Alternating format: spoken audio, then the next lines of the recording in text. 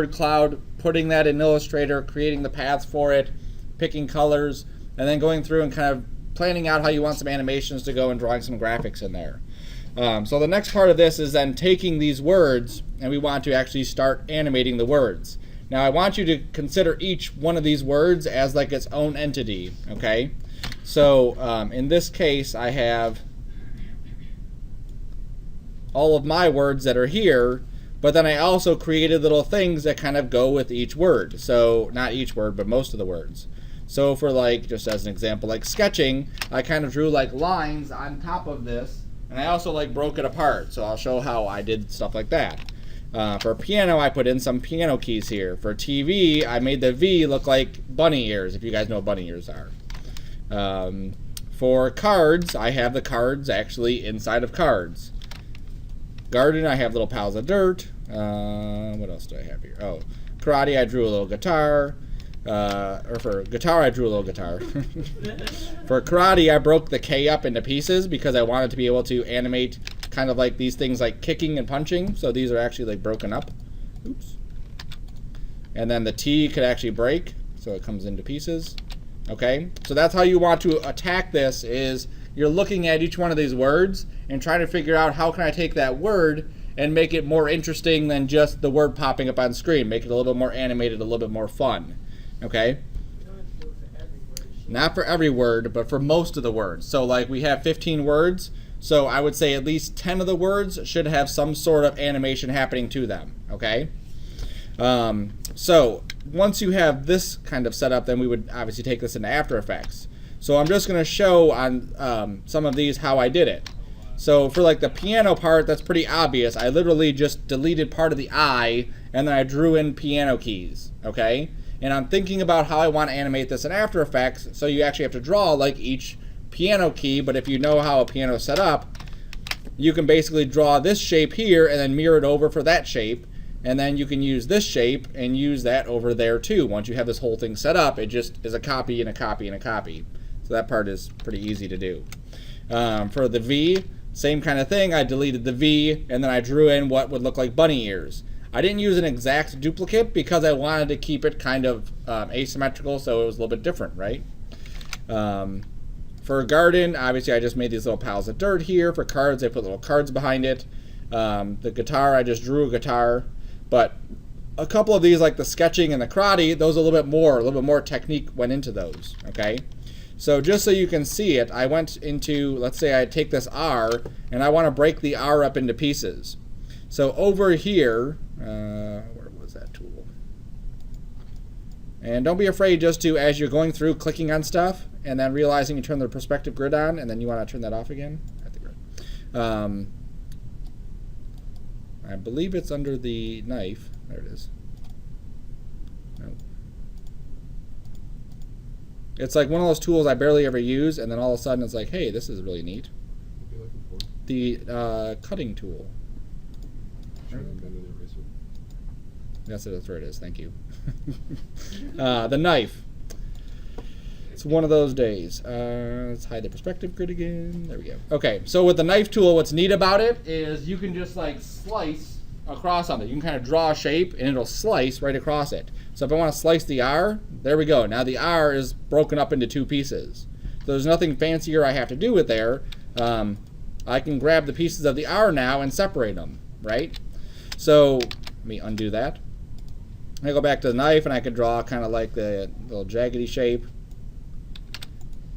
And that's how I can get something like the T, which looks like it's been broken or shattered into pieces, okay?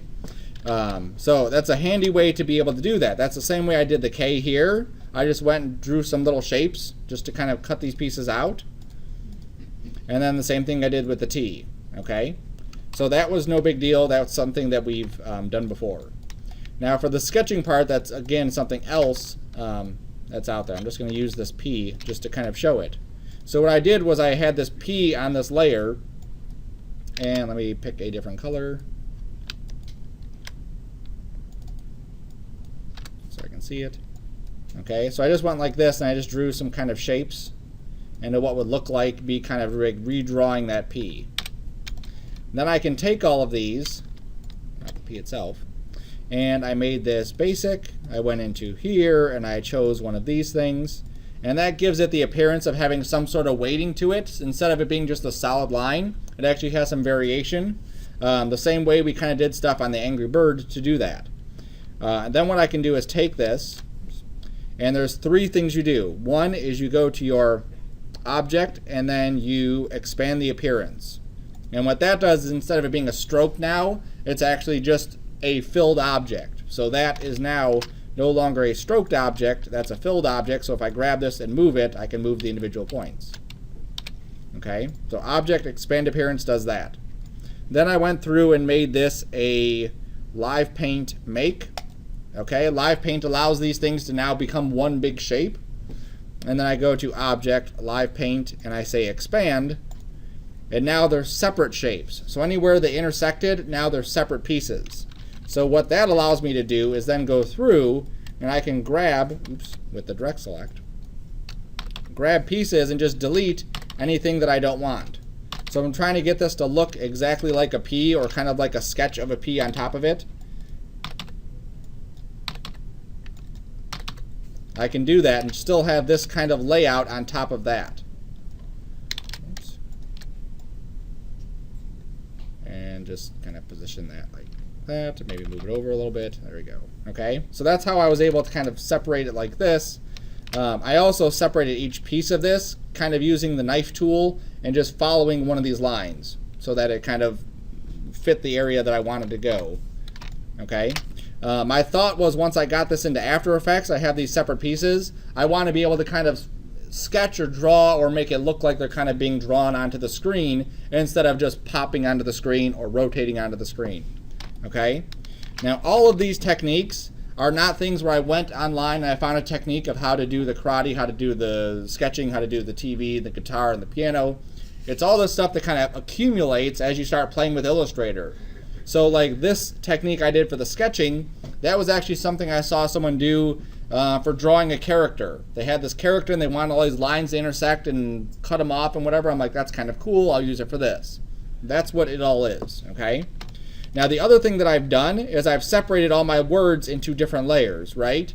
So all of my words here are on different layers so that it's easier to help keep everything organized. So what I'm going to do is I'm going to take one of my words here, like cards, and I'm just going to click on the cards. Because once we get inside of After Effects, we have to again think about what we want to do. I want to animate each piece individually, right? I don't want to just have boom, there's the cards, and boom, there's the karate, and boom, there's the other stuff. I want each piece to kind of be its own thing.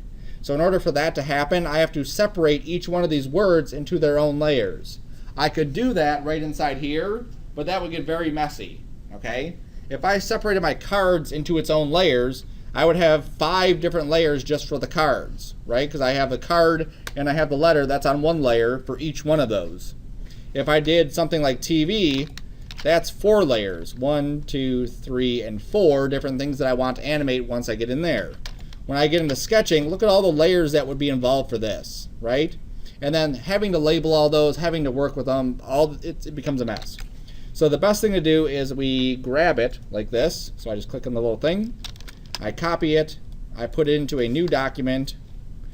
None of this matters here except for I need to make sure it's RGB. Otherwise After Effects won't allow it to come in. And then I paste it in. I don't need this. This is just extra stuff. That's weird. It shouldn't be locked. No, nothing's locked. Let me just draw. I didn't do this before. Nope. All right. Just for the example, pick something else. Let's go with TV. That was a fun one to animate. So TV, I'll cut that. I'll go to a new layer, RGB, paste it. There we go. Okay, so TV's right there. I don't know why the cards did what they were doing. Now I don't want to bring this document into After Effects because this is a huge document to bring in After Effects for only to the TV part. So I'm going to go to my artboard here, and I'm just going to resize the artboard, which is basically your document size. So I hold Alt, and that drags it from the corners so that I can basically resize this to about that. Now when I'm resizing this, this is going to be my composition size. So when I bring this into After Effects, it'll be perfectly sized to this, okay? Oops.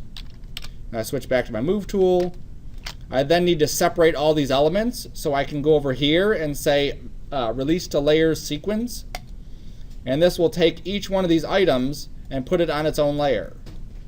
Okay, now you could do it the other way, grab each piece and put it on its own layer. This way is a lot easier to do. Now it's still inside of layer 1, okay? Even though there's layers inside layers, it needs to be out, so I just drag it out. There we go. I can delete the blank layer, and then I can just rename this. So I'm going to call this V-base, I'll call that T. Doesn't have anything fancy, left antenna, right antenna. Just so when we get into After Effects, we know what pieces are what. So then I save this as TV, and I have a folder in here called Layers.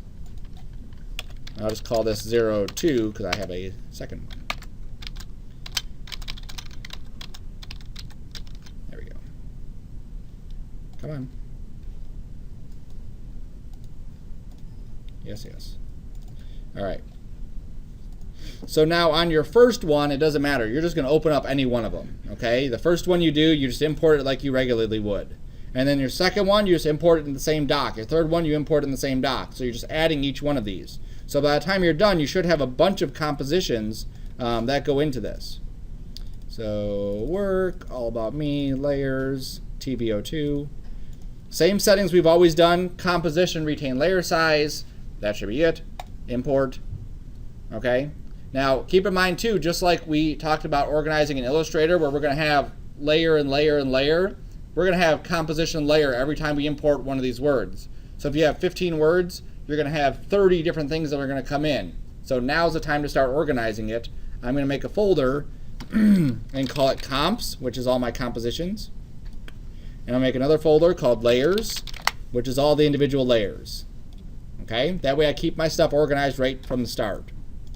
So now I can go into my TV comp, and it's small. It's super small just because of where it is. It's super pixelated, but once we go to that final stage, you'll see how it smooths everything out, okay? Because it's still reading this as vector, but when we bring it in here, it's just rasterizing it.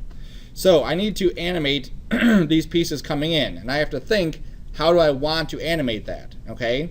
I've separated all the pieces. I'm going to brighten this a little bit just so you guys can see it better on the projector. Adjustment layer, and I'll add a color correction, exposure, there we go, and then just pull that up. There we go. It's ridiculously overblown, but okay. So what I wanted to do is I'm going to have the T kind of like pop up like this, and then I'm going to have the side thing, this little base, fold off of the T, slide over, and then the antennas kind of pop out and do a little wiggly thing, okay? So that's my plan as to how that's going to happen. So my first thing that I want to do is rotate the T. So I need to make sure my position for this is down here. My pivot is at the bottom because that's how the T is going to pop up. It's going to be down here. And it's going to be a 3D layer, so I click that. And then I test it out. I say, here's the Y. That's how I want it to go. It's going to be flat like this. It's going to pop up. And then the little thing's going to pop out the side and slide over, okay? So let's rotate that back down like that. We'll set a keyframe. I'll go up a little bit. This is a ridiculous amount of time. 2 seconds for that is way too long. Each one of these is probably going to be like 3 seconds at the very most, maybe 4 seconds at the very most. There we go. So I always set it up and just see, obviously that takes too long. Let's crank this in. Let me zoom in too, just so I'm working at a more realistic scale. And I'm looking at just the speed of it. How fast is that T coming up? Okay, so that's looking pretty good. Now it's still linear, right? We still have linear keyframes down here, which means it's going at a constant speed. When we did the page transitions and we did keying and we set these things to slow in and slow out and we adjusted the graph, that happens every single project, every single-ish keyframe we set, that's going to happen to it, okay?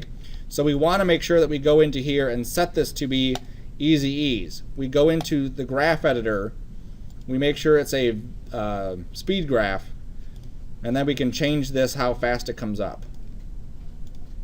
And then, like that. Okay.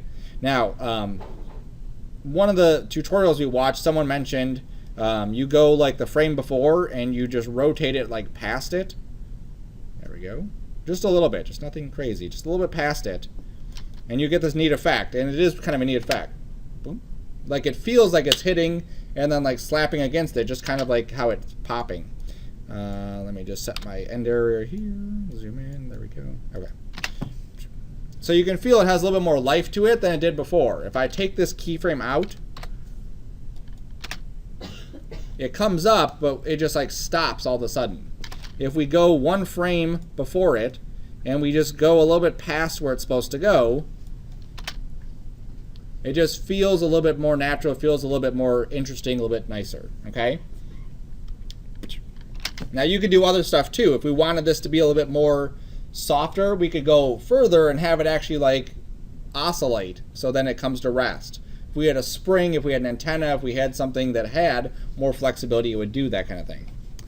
All right, so there's the T part coming up, just like that. All right, so now I want the V part to come out too. So I'm going to go to the V base, and I'm going to go to its position, and I'm going to go to its rotation, and I'm just going to set a keyframe here, just like past it. Like I want to set a position where I know I want it to be at the end, so I just go and set keyframes so I have those. Like this is where I want you to be at some point. Then I'm going to go backwards, and then set it to where I want it to rotate, or to position first. So I'm going to go, I think here. All right, that should be good. Okay, so it can kind of like rotate off the side and then just slide over a little bit. All right. Then I'm going to set a rotate key. Then I'm going to go back a little bit further, right about there. And then I'm going to rotate this up 90. And I'm going to realize that what I didn't do is what? Put the pivot point in the right spot, right? So now it's like rotating not from where I want it to go. So if I go to my pivot point now and I try to move it, what you're going to see is it's going to try to add another keyframe in there and kind of throw off the rest of my stuff. But if I go to one of my previous keyframes for position and then I reset that, it'll just update that keyframe. So I want to put the pivot here for this. I'm going to go back to this spot and then just reposition this. And make sure it's straight. There we go. Okay, so now it should just slide straight over and fold right up. And come right over. Okay? Now I don't need that V part like way over here. It makes no sense to have it there. I don't need to parent it so that it's part of it. All I need to do is wait until here and then just cut it off before it, right? So I've just hid this layer before any of this happens so that it just doesn't show up. The T pops up and then this thing will fold down. That's it, okay? So to the viewer, it looks like it just came off of it. Now at this point, with the T, we started off going too slow. My keyframes are too far apart, it's going too slow. With this, now it's going too fast. So all I need to do is just spread the keyframes out. So I grab those, and I grab those, and I just spread them out a bit. There we go. Now again, it's kind of boring, so we set these to easy ease. We go to the graph editor, I can grab all the keyframes and just go bloop. That's all. The sound effect's important. There we go. And again, more interesting now that it's popping out and doing that. Okay, so the V part's done. Then we go to our antenna. And what's the first thing I should do? Anchor point. So we go to the anchor point, move the anchor point down to where we want it to go. And I'm doing my stuff this way. You can do your stuff however you want, as long as it's interesting, as long as the animation's working. So with this, I think I want to go to scale. And before I set any keyframes on this one, I'm just going to test it. Like, what does that look like? Maybe I just want to go with one of these. Like that. Maybe a little bit this way, but mostly that. Okay, so now it looks like it's coming up, and then I could also rotate it side to side. Okay, so I'm just going to hit undo. I'm going to go to my scale and rotate because I know I'm going to animate those.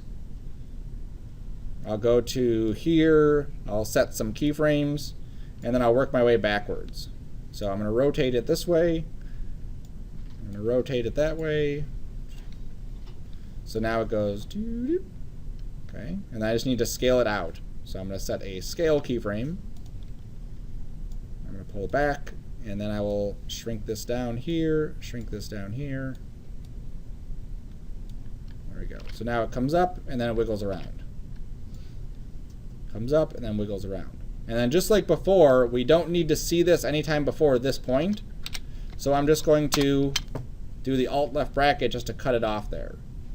These keyframes I can copy too. So if I copied this scale, go to this one and paste it, go to this rotation and paste it. It doesn't give me the exact spots I'm going to need. Well, I didn't set the anchor point too. So that's obviously an issue. Let's move that. And because there's no position keyframes, I can move the anchor point at any time with this one.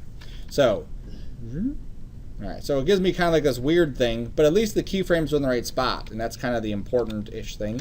So I can go to my rotation here and just rotate it to go that way. Actually, let's have this one come like this, and then when it goes there, we'll have it rotate like that. And then when we come here, we'll have this rotate like that.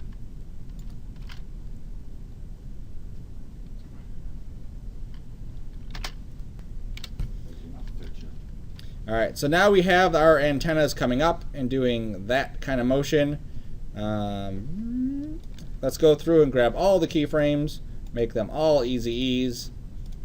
And then for this, you know, a lot of keyframes are going on. Sometimes you can kind of cause a lot of trouble when you have a bunch of keyframes and you try to change the speed, because then it's going to go fast, slow, fast, slow, fast, slow. So just be wary of it when you have so many keyframes. The other stuff we had a couple, no big deal. But now for this one I have 3. For this one I have 3. Could cause an issue. This one I have 4. So let's just see what it looks like this. That doesn't look bad like that. Okay, we're still getting some speed in there. We're still getting some movement in there.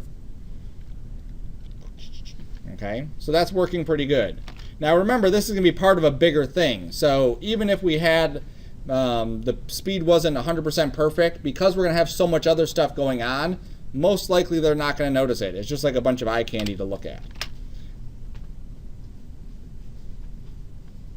All right, and especially looking at it from, you know, this size, that's what we're going to see it at. So that looks like it's working pretty good. I'm also going to go in and turn on motion blur, because that's an important feature. Okay, and I could adjust my motion blur effect by also coming into here, remember, and going to my and make sure I have a good speedy frame like that. Going into my shutter phase and tweaking it that way, and also going to the shutter angle and increasing this. There we go.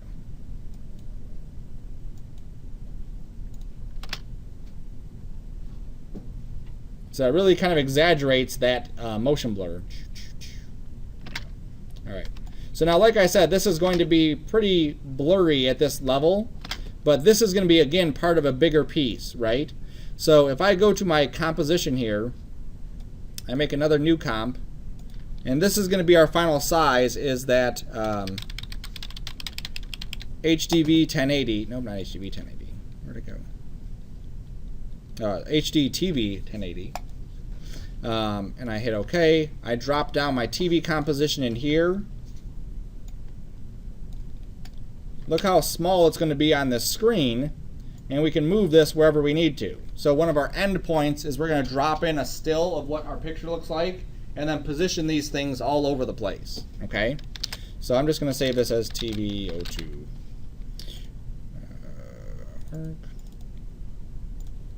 Or AllAboutMe 02. There we go.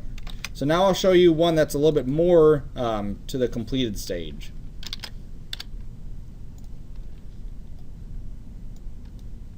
Okay, so in this one I have all of my stuff together. It's loading. It's like taking its time to load. There we go.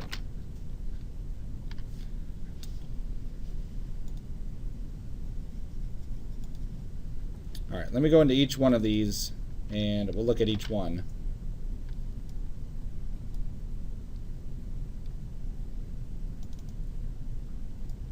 All right, here's a sketching one. So you can see in this one, this is how the sketching one works. Okay. Now each one of these pieces, I didn't even bother naming them because what does it matter? Like S top, S middle, S bottom. So I just have them inside here. And the way that I did each one of these is I used a transition. So let me delete the transition here so you can see it. Alright, so this is one piece. So right now this one piece is not animated at all. I went up to Effect, I went over to Transition, I went over to Linear Wipe, and then I just did this. See how we have this wipe? It just goes straight across. So if I did this to all the pieces, that would give me the look of these pieces kind of like wiping onto the screen. That was the idea. You could also change the angle, so I can have it go like that. So I just set a keyframe, went up a little bit, set another keyframe, and then I adjusted them. So I set this to be easy ease.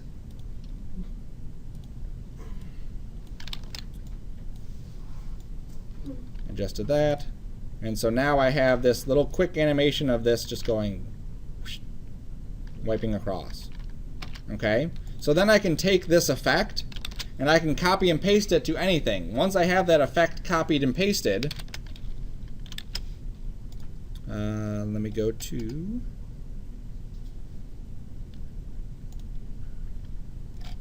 let me just re-import my sketching just so I have a clean comp. Sketching, composition, there we go. Okay, so once I had all these pieces, all I have to do is paste it right on here. And now they all have that exact effect and they all have that exact thing. So they all go whoosh, like that. Okay, so then to vary it up, I just went to each one randomly and just rotated it different. That's all. So just give it a different rotation. And what that does is it just variates it, you know. We could have written an expression too. If I put an expression in there that said give it a different rotation angle for each piece. But we can also just keep it super simple and just do it manually. Okay, so now if we look at it, you'll see that we get different kinds of rotation happening inside here, different kinds of positioning. And then my last step was just to do this. Just go through and just randomly move each piece around. And by doing this, we're just offsetting each piece. So each piece is going to have its own kind of time that it writes onto the screen, so it's going to appear like a sketching type format. There we go. So now, what that was? Oh, what I did it backwards. I'm just undoing all my movements. There we go.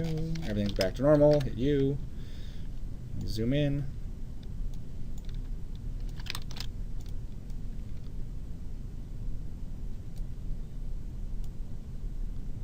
There we go. Because I wanted them to swipe onto the screen and not off the screen. Perfect. Alright, so I just swapped the keyframes around. Now I can just go through and just move them. People say making errors is a bad thing. It actually makes you a lot quicker at doing this stuff over and over again. And you can't get away from that. You can never get away from making errors. And what I try to do too is not keep everything in the same spot. There we go. So now if we look at this, you can see how it all kind of comes on at its own time. And I could vary it even further and really go crazy with it.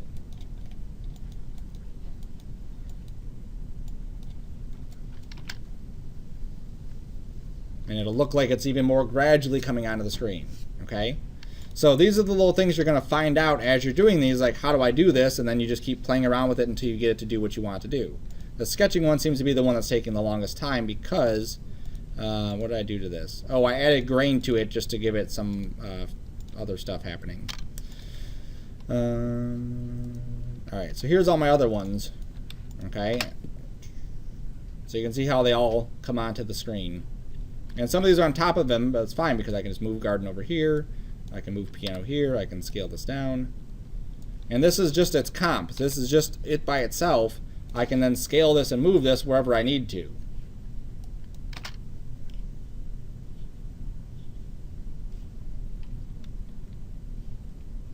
Okay, so let's go look at a couple of these other ones. So let's go look at karate. So there's karate.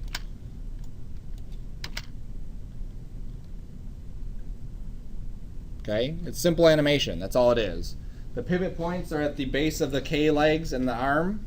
Okay, this little belt here is rotating and scaling at the same time. That's why it kind of looks like it's wrapping around. That's all I've done is just kind of scaled it out while it's rotating, so it looks like it's kind of looping around. And those two little tassels are just rotating down. That's all they're doing. Maybe there's a little scale on them too. And then the T is just rotating and moving. Okay, nothing fancy there. Now here's an issue that we're going to see too is if I go to my karate, there, and here's my karate here, you'll see that the letters kind of come down and then do that, right? So if we come back to this, you'll see that my letters don't do that, right? They just kind of appear. Now if we zoom in on them, or actually let's make them bigger. So if I made these bigger like this, you can see that the letters are getting very grainy, okay? So we started with vector inside of Illustrator. When we were in Illustrator and we brought it to After Effects, it keeps it vector, but it has to rasterize it. It has to make pixels because that's what After Effects uses as pixels.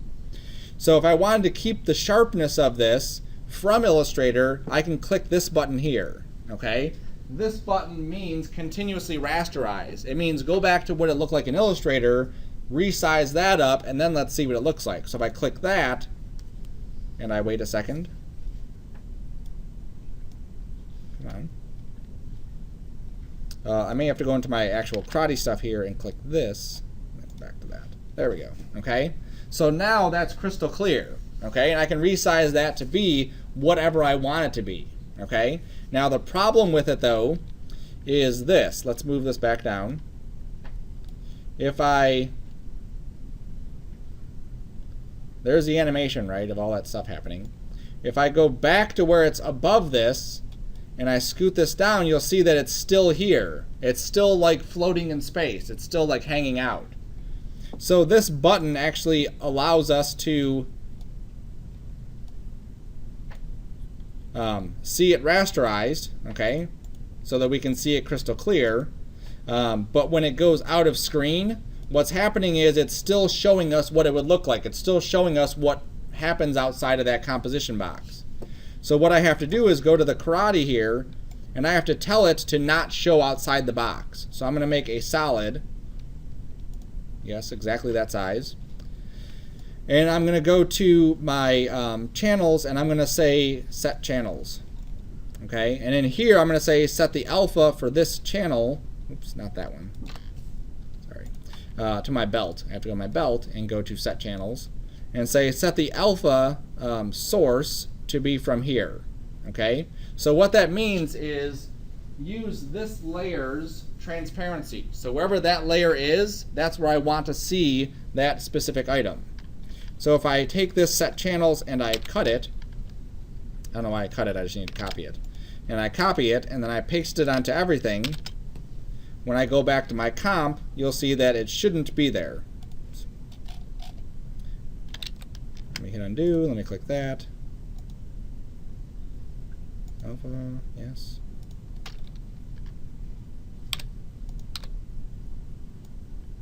Let me scale it down just to verify that it's working. And just to test it out, I'm going to go to my, let's go to that A right there. Verify that's working. Alpha should be good. Go back here to my comp. Oops, I can turn it off too. I don't need to see it.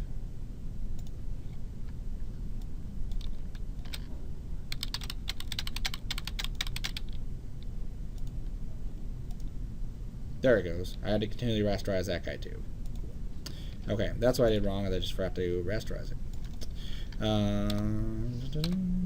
So I'll scale this back up to 100. So now that fits the entire box. There we go. And then I can go back to the A. There. I'm going to copy the set channel, and I'm just going to paste it on everything else.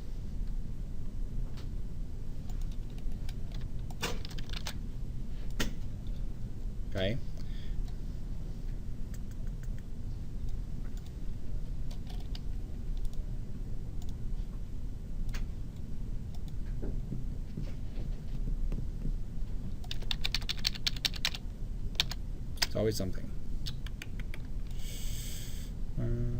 This, delete that. Okay, so I had it backwards. And this is where you can do it the other way. I was trying to avoid doing it the other way. The other way works. I'm going to pre-compose this all. Karate recomp. So I just have this. I'll make my new solid. There we go. And then using my track mat, I will alpha invert it. Or sorry, not alpha invert it. I'll alpha it. There we go. So now we should be good. Now when it comes up, it goes away still. And if we make sure that all of this is set to that, it should be crystal clear. And it still disappears.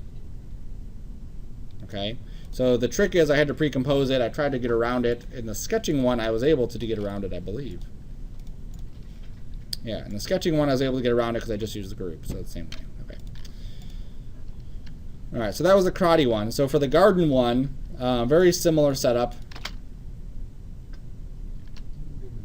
Real quick. Mm-hmm. With the karate thing, what was the point of putting that solid there exactly? So that I could have transparency. So it says only show up when you're inside the box.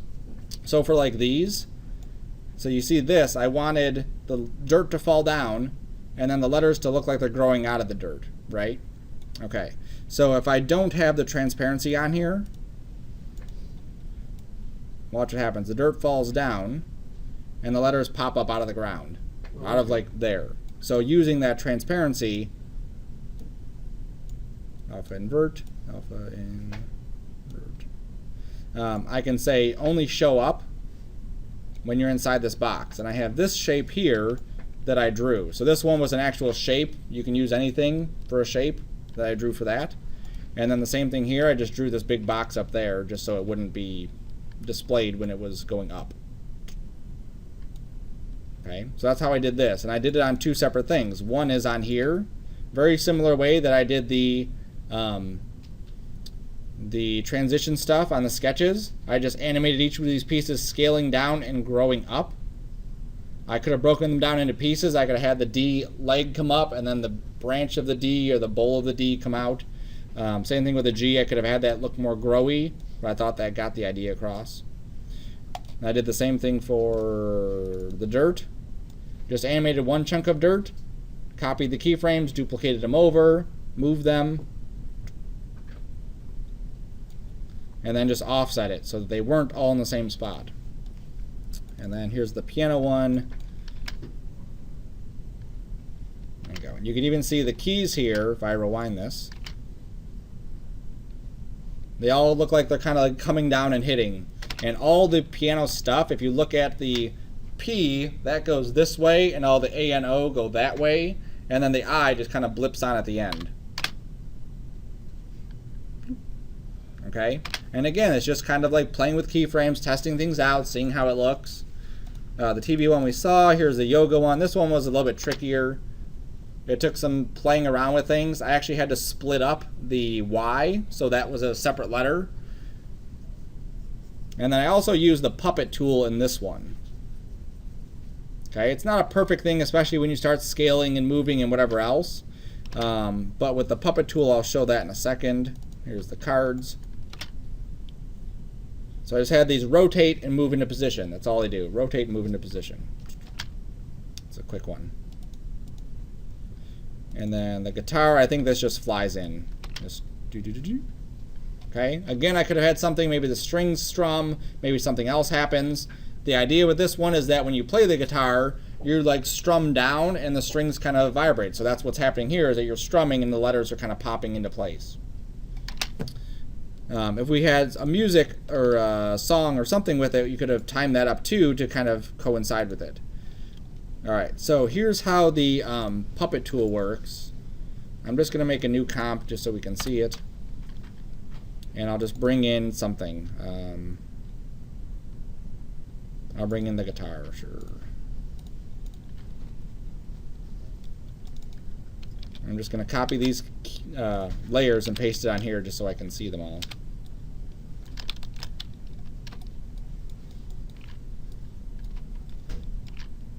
There we go. I'm also going to just make a null.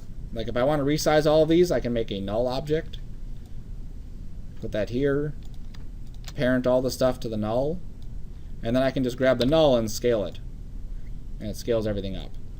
Or I can rotate it, and it'll rotate everything around perfectly. Okay? And then I'll continuously rasterize it so it's crystal clear. Perfect. Alright. So let's say for this one I wanted to take this R here, and I want to just manipulate the R. I want to kind of make it squishy or deform it or whatever. So with the puppet tool, I go to this pin, and then I can pin certain points of it. Now right now this is an Illustrator vector piece, so I can't do this to an Illustrator vector piece. I can't manipulate it with the puppet tool.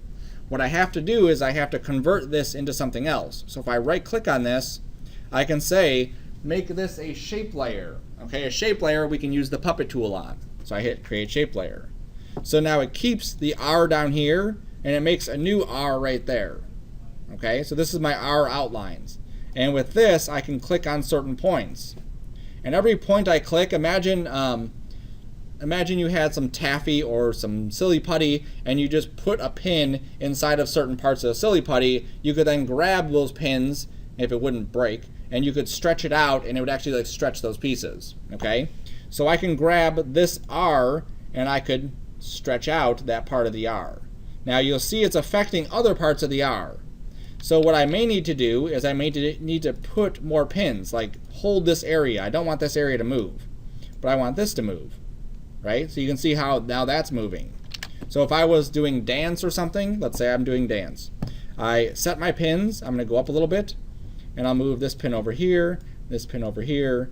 I'll come up a little bit, move this pin over here, this pin over there, go up a little bit, this pin here, this pin there. It's on automatically sets keys every time you do Puppet Tool, so we don't have to worry about setting those initial keyframes. It automatically does it for us. Alright, I think you get the idea. I'm going to hit U, and there's all my keyframes. Just going to squeeze these in a little bit closer together.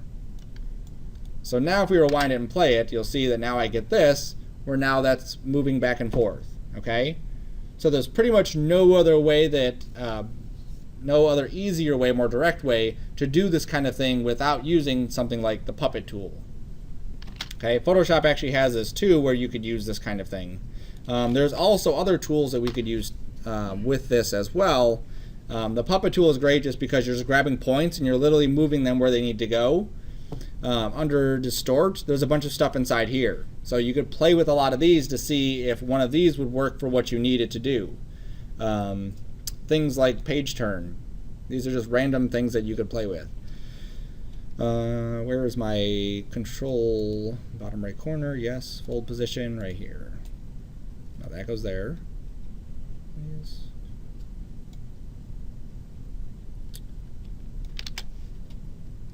Does it need to be? Let me make this into a shape layer also. Some of these things will only work if they're on a shape layer. Page turn.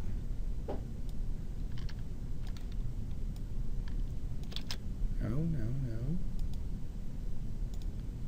There we go. Let's go with the classic UI. That's what I'm used to. See? And then this one just rolls off. So if I want to do something like I like books, I can have this kind of fall off of there.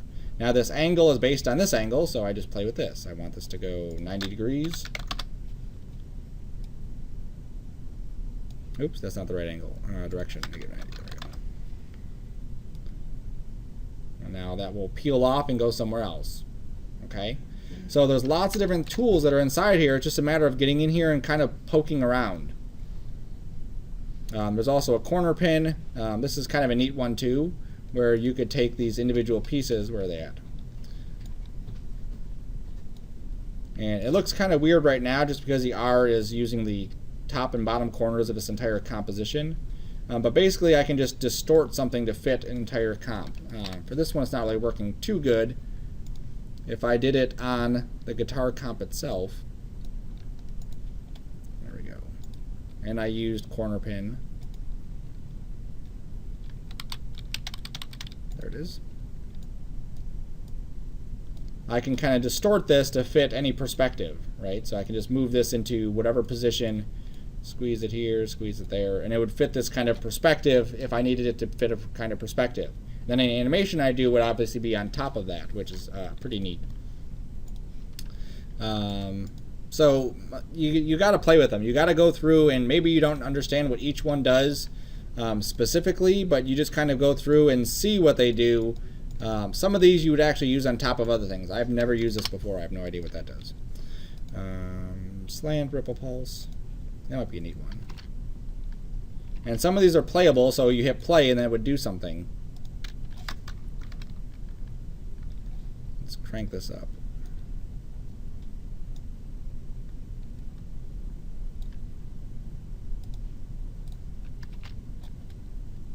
It doesn't seem to do anything.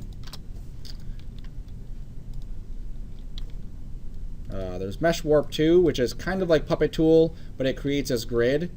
The more grid points you have, the more stuff you can do to it. So I can grab lower. On the Mesh Warp, I can grab these points, and I can push these around, kind of like Gradient Mesh. But obviously, for something like this R, it becomes very difficult because you have so many divisions there.